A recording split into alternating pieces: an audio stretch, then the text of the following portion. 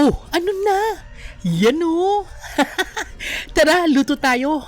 Simulan natin guys paggawa ng sauce. Sa lulutuin natin, maglagay lamang ng oyster sauce, konting toyo, black pepper, ketchup, at honey sa bowl. Pwedeng gamitan ito na sukal kung gugustuhin nyo. At ang diliktik na bawang, sabay halo.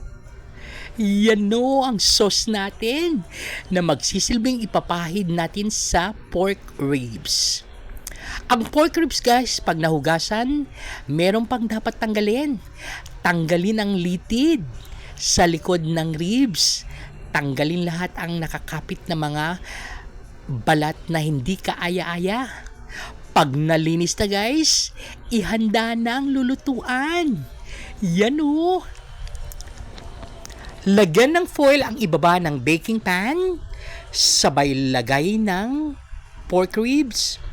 Sa pork ribs na nilagay guys, ibuhos na ang sauce na ginamit o ginawa natin. Ikalat ito. O mas magandang imasamasahe mo sa karne o sa pork ribs. Pag natapos guys, edi ihanda mo na ang gulay-gulay. Ang ating gulay-gulay guys ay carrots, potatoes, at lemon. Ilinagyan ito ng asin. Isalansan natin ng maayos sa baking pan natin. Sabay ilagay sa preheated oven ng 250 for 2 hours. Pero bago ilagay yan guys, edi takpan muna natin ng foil ulit para hindi masunog ang ibabaw. Yan o. Pag tinakpan, iselyado na ito. Yan o. Pag naluto, after 1 hour guys, balik ta rin ang karne at muling ibalik sa oven. Yan o, di ba't ang ganda na ng kulay? Pag binalik mo sa oven guys, yan o.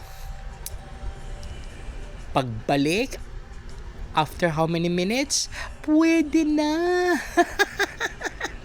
Yan na o, ang aking baked pork ribs.